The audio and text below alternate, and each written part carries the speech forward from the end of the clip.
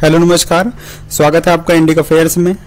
मालदीव में international yoga day के event को जिसको ऑर्गेनाइज किया था इंडियन हाई कमीशन ने, उस पर काफी कट्टरपंथियों ने हमला कर दिया था और फिर पुलिस को टीयर गैस छोड़ने पड़े, फिर जाकर किसी तरह स्थिति कंट्रोल में हुई। तो पूरी घटना क्या है आइए जानते हैं, लेकिन उससे पहले एक अनुरोध, कृपया चैनल को सब्सक्राइब करिए और अपने मित्रों को भी शेयर करिए। आज है 21 जून यानी इंटरनेशनल योगा डे और इस अवसर पर दुनिया भर में यूएसए, चाइना, यूनेस्को, यूएन और कई इंटरनेशनल ऑर्गेनाइजेशन, इसके अलावा अन्य कंट्रीज, फिलीपींस, यूरोप के देश, फ्रांस, यूके, जापान, ऑस्ट्रेलिया और मुस्लिम कंट्रीज में जैसे Saudi Arabia, UAE, Iraq, Malaysia, Kuwait, Qatar, इन देशों में भी योगा डे सेलिब्रेट किया गया और इवेंट ऑर्गेनाइज किए गए।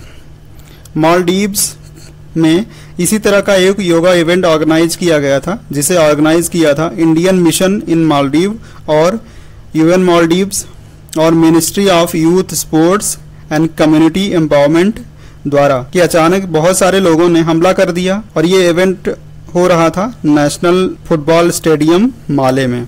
अचानक से इस इवेंट पर बहुत सारे लोगों ने हमला कर दिया। इससे पहले ऐसी घटना कभी नहीं देखी गई, क्योंकि जब इंटरनेशनल योगा दिवस मनाने का प्रस्ताव लाया गया था तो उसको 47 मुस्लिम कंट्रीज ने सपोर्ट किया था, बैक किया था और बढ़ चढ़कर योगा इवेंट में पार्टिसिपेट भी किया था। जो हमलावर थे वो प्ले कार्ड लिए हुए थे जिसमें लिखा था कि yoga is shrink, yoga is not Islamic, मतलब कि योगा अगेंस्ट है टेनेट ऑफ इस्लाम और योगा हिंदू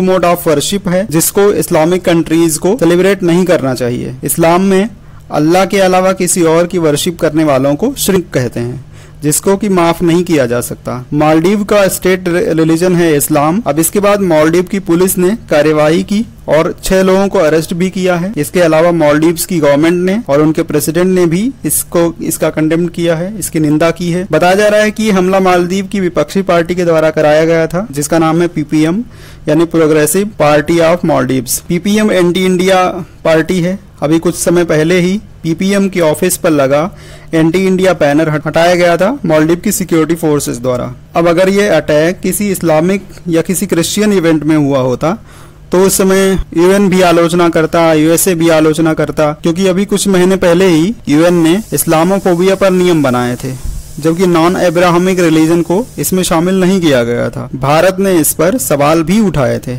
एब्राहमिक रिलीजन में क्रिश्चियन, इस्लाम ये सब आते हैं, जबकि नॉन एब्राहमिक में हिंदू, सिख, जैन ये सब आते हैं। तो जब भी किसी क्रिश्चियन या इस्लाम इवेंट पर कोई इस तरह की घटना होती है तो यूएस, यूएन सब निंदा करते हैं, परंतु जब हिंदू, सिख, जैन इन रिलीजन पर हमला होता है तो यूएन, यूएसए और सब अंतर्राष्ट्रीय संस्थाएं चुप रहती हैं। अभी कुछ दिन पहले ही अफगानिस्तान में सिखों पर हमला हुआ था। इसके पहले पाकिस्तान में भी हिंदुओं पर हमले होते रहते हैं। इसके अलावा बांग्लादेश में भी माइनॉरिटीज पर अटैक लगातार होता ही रहता है और यूएन सभी पर चुप्पी साधे रहता है। मालदीव में चाइना ने पैसे खर्चा करके एक कैंपेन शुरू किया था जिसका नाम था इंडिया आउट, जिसमें यह कहा गया था कि जो प्रेजेंट गवर्नमेंट है इब्राहिम सोली की, वो भारत के हाथों बिक गई है। लेकिन इस कैंपेन के खिलाफ ही मालदीव्स के काफी जागरूक लोग सामने आए और उन्होंने बाकी नुवे कैंपेन शुरू किया, जिसका मतलब है डोंट सेपरेट या फिर do not be left behind. इसके अलावा श्रीलंका की हालत देखकर भी मालदीव्स के लोग समझ चुके हैं कि चाइना श्रीलंका की तरह ही मालदीव को भी अपने डेब्ट ट्रैप में ना फंसा ले। डेब्ट ट्रैप होता है जब कोई देश किसी अन्य देश को बहुत ज्यादा लोन दे देता है जिससे कि सामने वाला देश वापस ना कर सके।